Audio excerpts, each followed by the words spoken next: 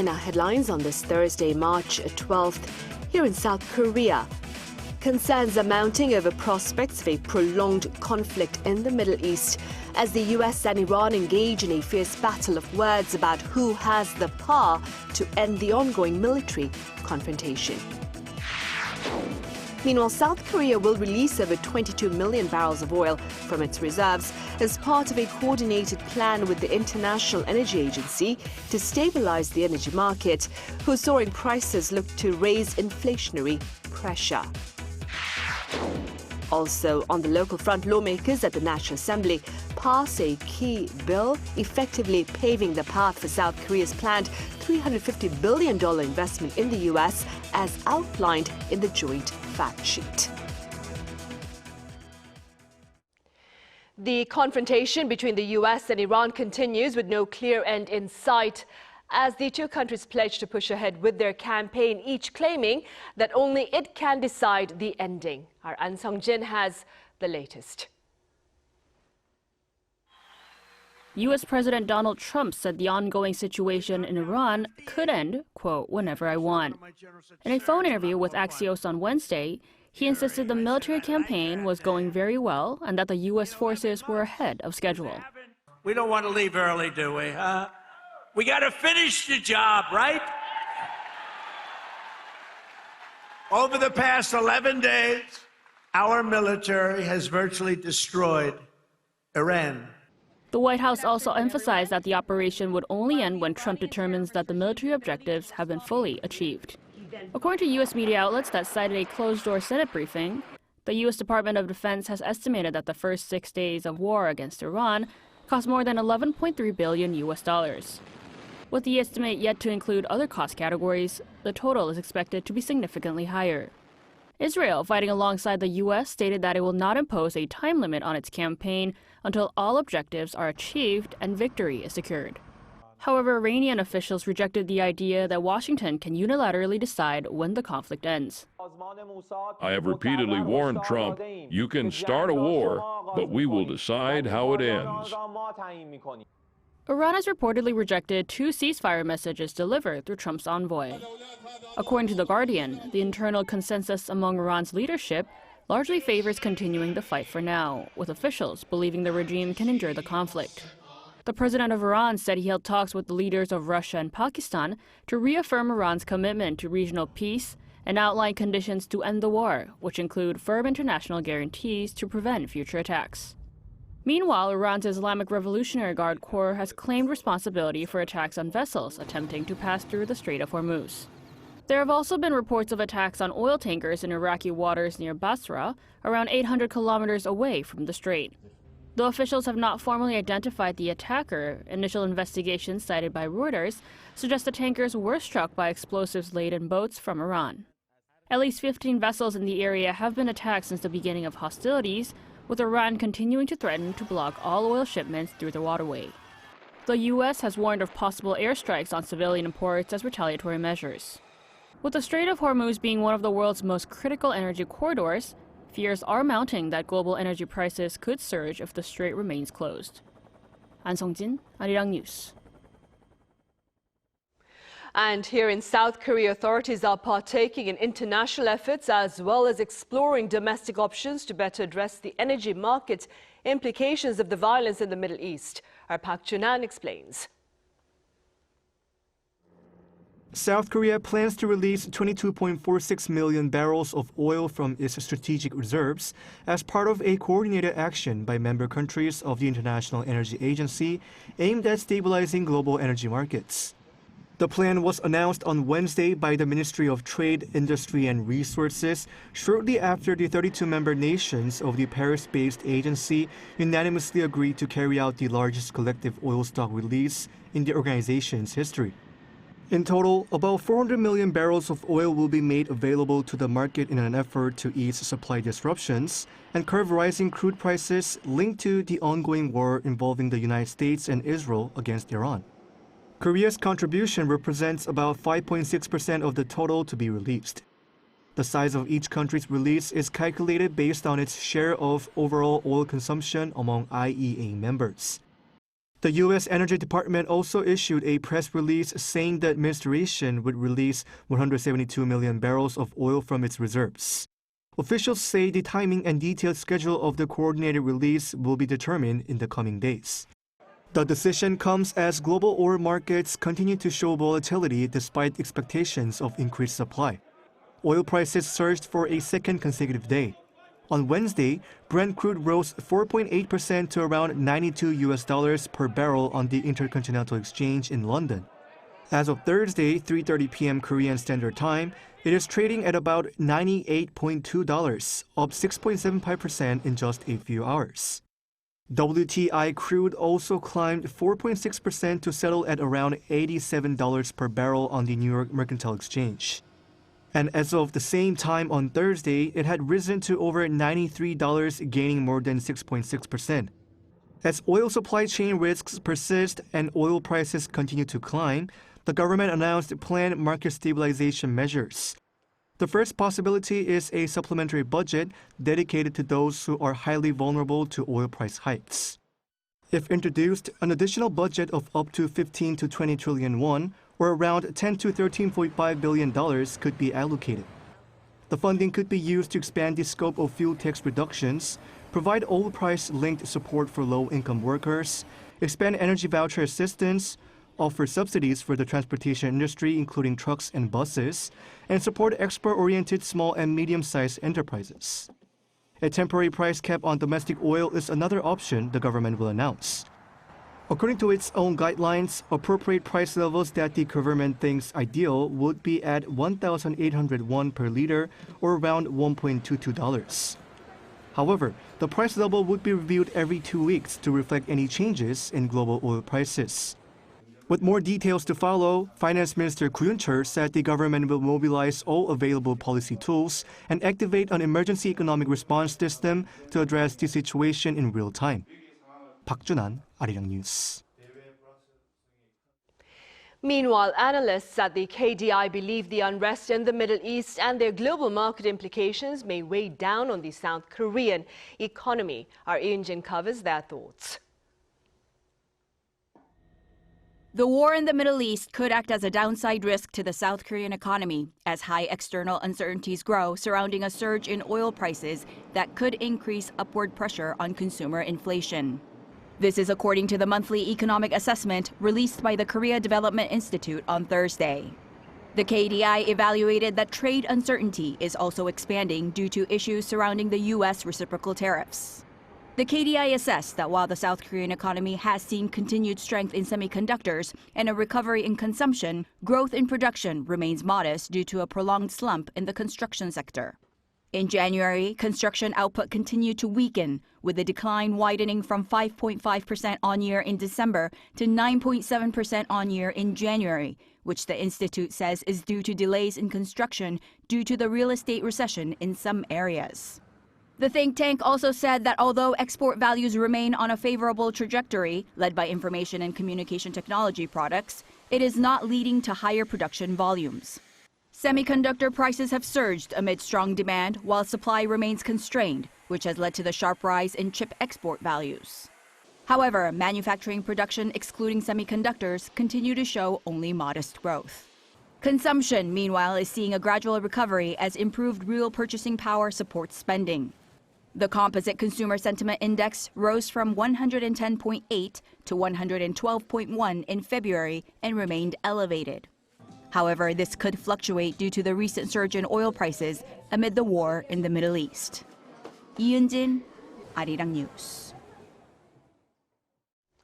And President Lee Jae-myung has called for a swift supplementary budget to cushion South Korea's economy amid the presence of external risk factors, including the situation in the Middle East. Speaking at a weekly meeting with his top aides earlier on this Thursday, he warned that vulnerable households could be the hardest hit if inflationary pressure is not tamed.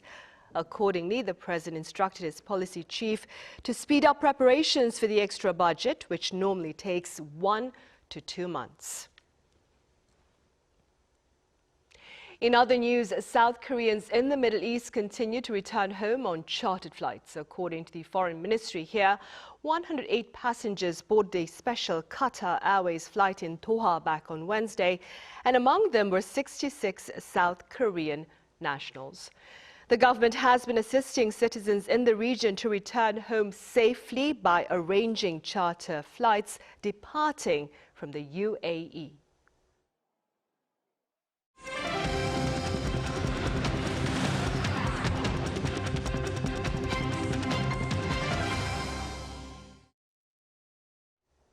Lawmakers at the National Assembly today passed a bill that effectively paves the path for South Korea's planned $350 billion investment in the U.S. Our political correspondent Moon Hae-ryun reports.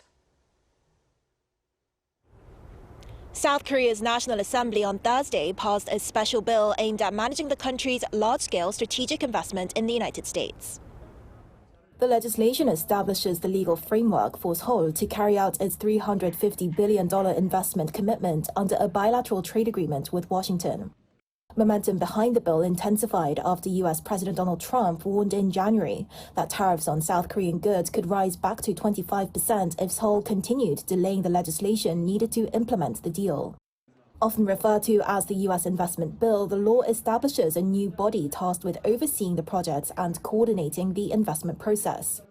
It will be responsible for managing and supervising investment activities tied to the bilateral agreement. A dedicated fund will also be set up to finance the initiative. According to the bill, the fund will be raised through government contributions, entrusted assets from participating institutions, and the issuance of special investment bonds. Officials say the structure is intended to ensure stable financing and systematic oversight as South Korea pursues large-scale strategic investment projects in the United States. Key sectors expected to benefit include shipbuilding, semiconductors, and other industries seen as central to strengthening economic cooperation between the two countries. The legislation had already cleared a special parliamentary committee reviewing the bill, as well as the National Assembly's Legislation and Judiciary Committee earlier this week, with bipartisan support. President Lee Jae-myung remarked on this show of bipartisan cooperation during a meeting with his top aides on Thursday. 여러 가지 어려움들이 있을 텐데도 이런 대외적 관계에서 문제가 되지 않도록 이렇게 협조해 주신 점에 대해서 다시 한번 감사드립니다. Its final approval in Thursday's plenary session now provides the domestic legal basis for the government to move forward with implementing the investment plan. Separately, lawmakers also reported a request for a parliamentary probe into allegations of politically motivated prosecutions during the administration of former President Yoon Suk-yeol. Lawmakers also voted on dozens of additional livelihood and reform-related bills during the plenary session. Moon Hae-ryun, Arirang News. Meanwhile, the Trump administration is initiating investigations against American trade partners, including South Korea, as part of its resolve to retain its tariff policy despite an earlier Supreme Court ruling that declared illegal its reciprocal tariffs. Our correspondent Kim Do-yeon has details. The United States officially launched a Section 301 trade investigation on Wednesday local time into South Korea and 15 other economies in a move to revive reciprocal tariffs. This would replace the temporary 10% global tariffs imposed at the moment. The Federal Register cited South Korea's large and persistent trade surpluses as evidence. The report highlighted South Korea's global surplus in sectors including automobiles, machinery, and steel, noting its bilateral goods and services trade surplus with the U.S. reached $56 billion in 2024. South Korea's Trade Minister Yoh Han-gu described the action as an expected procedural step. Seoul views the probe as a legal maneuver by the Trump administration to restore tariffs to their prior levels, shifting its legal justification after the U.S. Supreme Court struck down the use of emergency economic powers. U.S. President Donald Trump foreshadowed the policy shift following the Supreme Court ruling. And we're also initiating several Section 301 and other investigations to protect our country from unfair trading practices of other countries and companies. Because a Section 301 investigation typically requires several months, the U.S. is utilizing Section 122 of the Trade Act to impose a 10% global tariff for the next 4 to 5 months. The administration aims to have the Section 301 measures fully implemented by mid-July. Experts suggest the lengthy Section 301 process is being used as leverage. Many experts say initiating this serves as a bargaining chip. The administration likely wants to use it as a pressure tactic to reach a tariff agreement without a drawn-out fight. Meanwhile, the Blue House released a statement emphasizing that the government will actively negotiate with Washington to ensure the balance of interest secured in previous bilateral tariff agreements remains intact and to prevent any disadvantageous treatment compared to major global competitors. Seoul has received an official request for consultation from the USTR and plans to submit its formal written response by the April 15th deadline. Kim Do-yeon, Arirang News. Also on the international front, China's largest annual political gathering of its top legislature and its top advisory body comes to a close on this Thursday. Our Cha Yun-kyung reports. The two sessions, considered China's most crucial annual political event, concludes on Thursday. Two sessions is a collective term for the annual plenary sessions of the National People's Congress and the Chinese People's Political Consultative Conference. Policymakers are now focusing on the 15th five-year plan, which will guide national development over the five-year period. The new five-year plan outlines a roadmap to expand domestic demand and accelerate scientific independence, including artificial intelligence. The proposal pointed out that a stagnant domestic economy is a fundamental problem, encouraging Chinese people to spend more money. The NPC has set a GDP growth target of 4.5 to 5%, which is the lowest since 1991, signaling slow expansion compared to the last 3 years. Some analysts say the Chinese economy is now facing a structural downturn. However, Beijing seems to be confident that AI, emerging industries, and innovation can power the economy's next phase. Meanwhile, the closing meeting of the fourth session of the 14th NPC was held at the Great Hall of the People on Thursday. Cha Yun-kyung, Arirang News. On the K-pop front, Stray Kids claimed 4 awards at the 40th Japan Gold Disc Awards, including Album of the Year in Asia. The group also took home Artist of the Year, Music Video of the Year, and Best 3 Albums, marking the highest number of awards for a foreign artist at this year's ceremony. Other K-pop acts were also applauded. Blackpink's Jennie won Song of the Year by download in the Western music category with her solo track Like Jennie. And the soundtrack Golden from K-pop Demon Hunters won 2 awards in the Asia category for downloads and streaming. Additional tickets for BTS's comeback concert on March 21st here in Seoul will be released today in the form of some 7,000 standing spots. The extra tickets for BTS, the Comeback Live Arirang, will be available for free at 8 p.m. tonight through Nat'l Ticket. The additional standing spots will extend from Gwanghwamun Station to City Hall Station, where fans can watch the concert on large LED screens. The total audience capacity will increase to about 22,000 people, and those who already have tickets will not be allowed to apply. High demand is expected after more than 100,000 users flooded the ticket site during the first round of reservations last month. The UN Women's Center here in Seoul recently hosted an event to mark this year's International Women's Day, during which participants were invited to share their thoughts on the gender divide here in this society. Our Kim Bo-kyung was there. Though Korean society has seen significant progress in gender equality, there is still a gap that cannot be narrowed enough. Not just in lower representation in economic activities and leadership, but also in terms of a digital society and crime. As AI becomes part of everyday life, we must address problems like deepfakes used for digital sex crimes and gender-based violence in relationships. Gender equality is a value for everyone, and it is key to making our society more inclusive, resilient, and sustainable.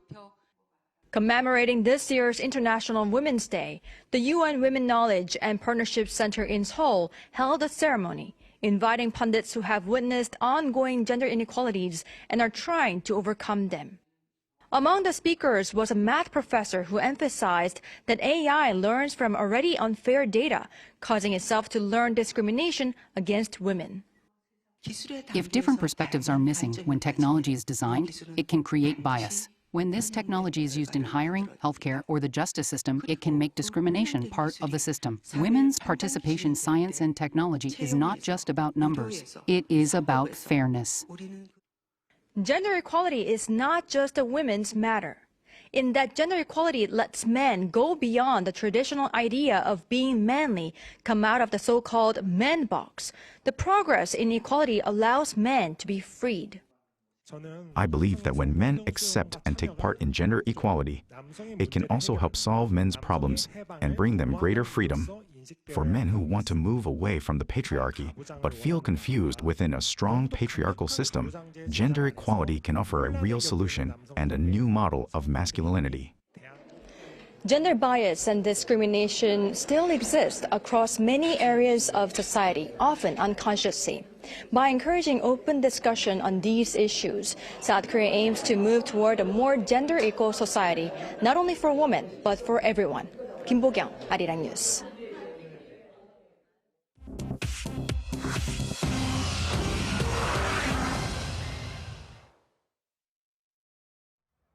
This is The World Now, bringing you everything you need to know from around the globe. Reports suggest that a devastating missile strike on an Iranian girls' school was due to U.S. forces using outdated intelligence. Video evidence points to a U.S. Tomahawk missile hitting the school in southern Minab during the opening wave of attacks against Iran. The strike killed 150 students. Sources told Reuters that military planners used outdated targeting packages and didn't update coordinates. The school sat adjacent to a Revolutionary Guard compound. President Trump stated he will await the final results of the inquiry, while defense officials maintain the U.S. does not deliberately target civilian structures. G7 leaders on Wednesday rejected easing of sanctions against Russia, despite the disruption to the global energy markets caused by the war in the Middle East. French President Emmanuel Macron confirmed the decision following a high-level video meeting to discuss the economic impact of the U.S.-Iran conflict. EU Commission President Ursula von der Leyen backed Macron's stance, saying it is, quote, not the moment to relax sanctions on Russia. She also emphasized that navigation through the strategic Strait of Hormuz, through which around 20% of the world's oil is moved, remains the immediate priority. In Chile, conservative leader José Antonio Kast has taken the oath of office as the country's president, vowing to prioritize national security and economic reform. Kast assumed power in Valparaiso on Wednesday. Chile's new president immediately pledged to utilize the full force of the law to clamp down on illegal migration and violent crime. Regional leaders from Argentina, Ecuador, and Paraguay attended the ceremony. Iran's sports minister announced on Wednesday that the Iranian national team will not participate in the 2026 FIFA World Cup. Sports Minister Ahmad Doniamali cited the U.S. assassination of Supreme Leader Ayatollah Ali Khamenei as the primary reason for the boycott and labeled the U.S. a, quote, corrupt regime. This comes despite FIFA President Gianni Infantino saying that U.S. President Donald Trump would welcome the team. All of Iran's scheduled group stage matches were set to take place in American cities, including Los Angeles and Seattle. Chu Ji-hyun, Arirang News.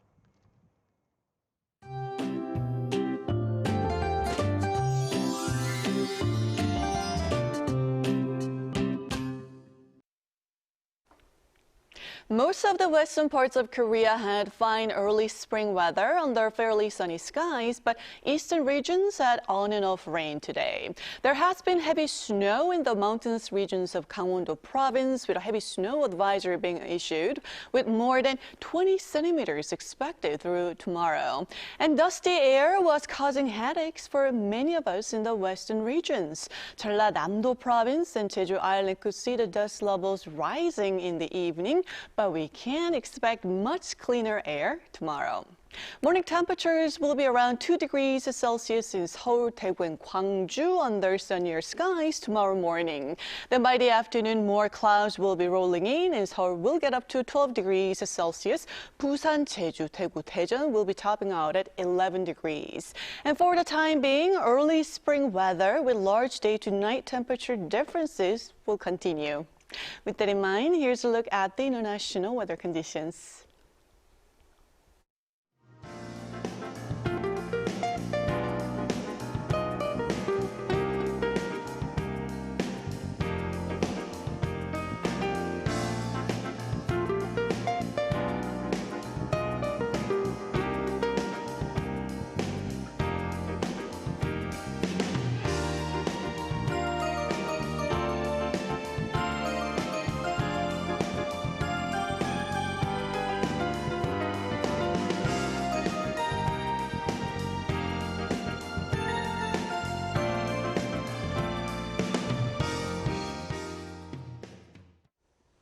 Those are the headlines at this hour here in South Korea. Coming up right after this break is our daily panel session.